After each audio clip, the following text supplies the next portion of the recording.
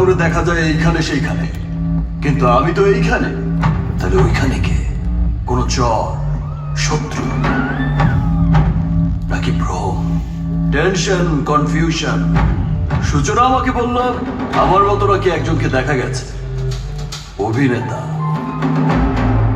কিন্তু আমার সিনেমায় আমার চরিত্রে যে অভিনয় করবে তাকে যদি দর্শক আগেই দেখে ফেলে তাহলে তো সিনেমা ফ্লপ। এই জন্যেই তোমার আবারের জীবন নিয়ে তৈরি হচ্ছে এক সিনেমা, আর সেই ছবির হিরো তুমি। সিনেমা নায়ক? ইয়েস। চাকলাদার গল্প লিখবে আর তুমি অভিনয় করবে, সিম্পল।